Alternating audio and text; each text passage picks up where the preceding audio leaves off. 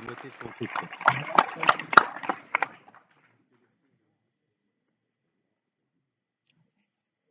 Mesdames et messieurs, bonjour. Je m'appelle Sarah Kerkade et je suis en première S au lycée Saint-Benoît à Moulins.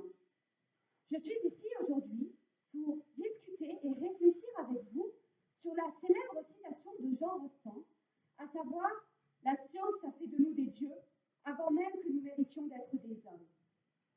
Aussi, pour réaliser mon exposé, je souhaiterais replacer cette phrase dans le contexte qui est le nôtre. Nous vivons au XXIe siècle, une époque riche en développement dans laquelle les prouesses technologiques réalisées par la science ne cessent de faire reculer les limites de notre univers. En outre, la science a, depuis son commencement, depuis le début des toutes premières réflexions scientifiques, transcendé l'homme, l'a rendu plus sûr de lui, plus apte à évoluer dans ce monde, mais également plus désireux de repousser ses propres limites. C'est pourquoi il est si intéressant de se pencher sur la phrase de Rostand, car nous vivons dans une ère dominée par la technologie et il convient alors de se poser 4 grandes questions fondamentales pour comprendre la pensée de Rostand. Tout d'abord, qu'est-ce qu'un homme? Comment le définit-on? Puis, que sommes-nous? Quel impact la science a-t-elle eu sur nos vies? Sommes-nous des dieux? Et pour finir, la question la plus importante, méritons-nous d'être des hommes? Comme vous le savez sûrement, l'homme est l'être situé au sommet de la chaîne alimentaire. Et pour beaucoup, ce qui nous différencie des animaux, c'est notre imaginaire, cette capacité que nous avons à rêver de ce qui n'existe pas encore, mais que nous pourrions créer. Pour ma part, je pense que ce qui nous distingue des animaux, c'est aussi, mais surtout, cette insatiable curiosité qui nous pousse à chercher des réponses sur tout ce qui nous entoure. Pourquoi le ciel est bleu? Existe-t-il une autre forme de vie ailleurs dans l'espace? Comment mon corps fonctionne-t-il? Comment votre esprit fonctionne-t-il? Tant de questions, tant de réponses déjà trouvées et tant d'autres énigmes à résoudre. L'homme est donc placé au sommet de la chaîne alimentaire.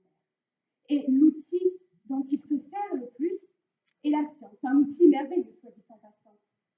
Mais d'après Rostand, ce même outil nous a changés, a fait de nous des dieux. Sur ce premier point, pouvons-nous vraiment le nier? Après tout, les rêves des siècles passés sont devenus notre réalité, et désormais, des rêves plus fous encore que les précédents viennent germer dans nos esprits fertiles. Certains hommes, par exemple, cherchent à vaincre la mort. Ces transhumanistes à la croisée entre philosophes et scientifiques cherchent à créer une nouvelle espèce, un humain amélioré, débarrassé de cette vieillesse indésirable, débarrassé de ses handicaps malheureux. Cette idée, qui paraît au premier abord totalement abracadabrante, n'est pourtant pas si éloignée d'un projet concret et, oserais-je dire, réalisable à une époque telle que la nôtre. En effet, la modification génétique, le clonage ou encore le développement de l'intelligence artificielle sont autant d'idées et d'innovations qui peuplent les nuits de bon nombre de scientifiques de nos jours. Et pas seulement leurs nuits. Les laboratoires des universités se penchent déjà sur ces questions. La science nous ouvre donc une infinité de portes qu'il nous appartient d'aller explorer pour découvrir des univers plus fabuleux les uns que les autres. Mais, en contrepartie, il nous faut faire un constat. Et un constat qui n'est pas des moindres. La science nous a changé, nous a modifié intrinsèquement, a modifié nos valeurs, nos codes moraux. Peut-être êtes-vous d'ailleurs au courant du débat qui fait rage actuellement autour de l'eugénisme. Des scientifiques ont découvert le moyen de détecter au niveau embryonnaire la présence du gène de la trisomie chez le fœtus. La question du tri embryonnaire se pose donc, remettant en question notre conception du bien et du mal. Est-il acceptable de supprimer un être vivant simplement parce qu'il diffère de nous et parce que l'on sait que sa vie sera plus compliquée que la nôtre?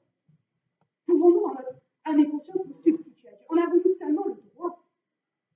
Bien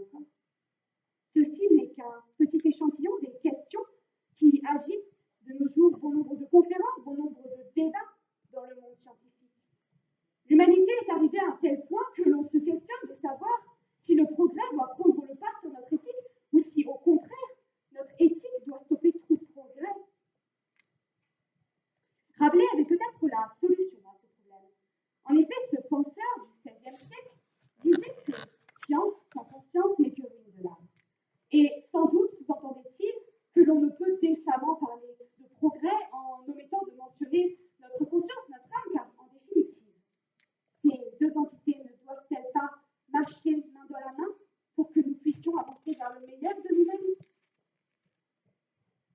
Mais le temps passe, et l'homme trop gourmand ne peut s'empêcher d'engranger de nouvelles connaissances, de faire de nouvelles découvertes. Et notre société doit bouger avec.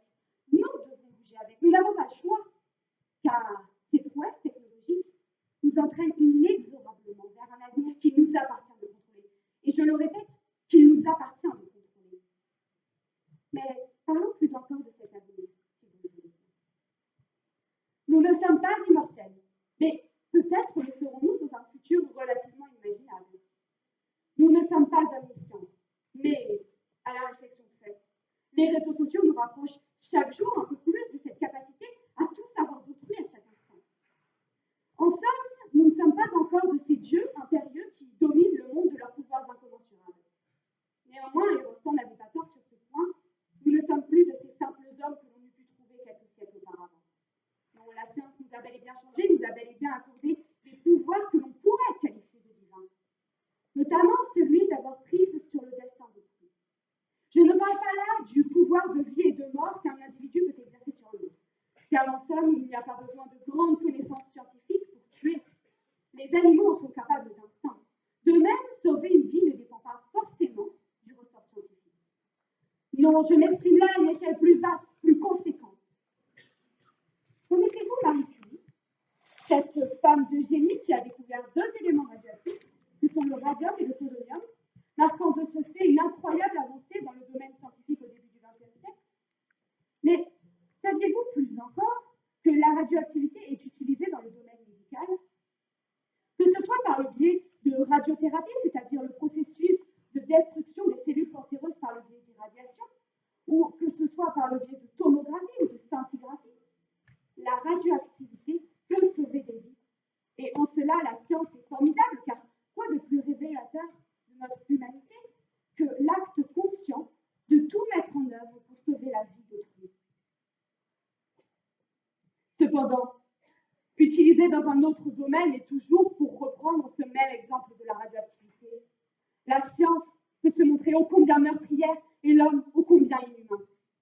Les cas d'Hiroshima et de Nagasaki, bombardés en août 1945 par le gouvernement américain, sont des cas plus qu'éloquents de cette barbarie dont peut faire preuve la science.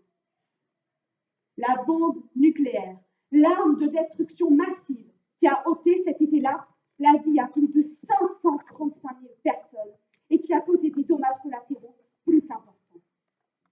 Par une simple décision, la vie de centaines de milliers de personnes a été bouleversée, voire même anéantie. La Terre a été ravagée, l'environnement pollué pour des siècles à venir, sans même parler des retombées radioactives qui ont blessé et rendu malade trop de gens pour que l'on puisse tous les compter.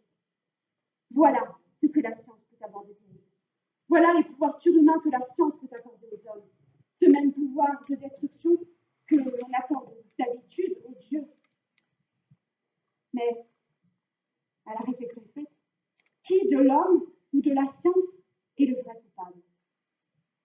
Je disais tout à l'heure que la science est un outil. Dans ce cas, si la science est la tentation, l'homme est le pécheur. Et si Rostand nous assimile à des dieux, c'est bien évidemment pour nous mettre en garde face à cette terrible tentation que représente la science. Il est vrai que cette dernière nous offre une infinité de portes à ouvrir, mais c'est bien à nous et à nous seuls que revient le devoir d'en garder certaines fermées. Pour le bien de notre planète, pour le bien de l'humanité, pour le bien de notre conscience, nous devons en garder certaines fermées. Et alors, peut-être, pourrons-nous espérer un jour nous rapprocher de ces hommes que, d'après Rostand, nous n'avons pas encore mérité d'être. Merci de m'avoir écouté.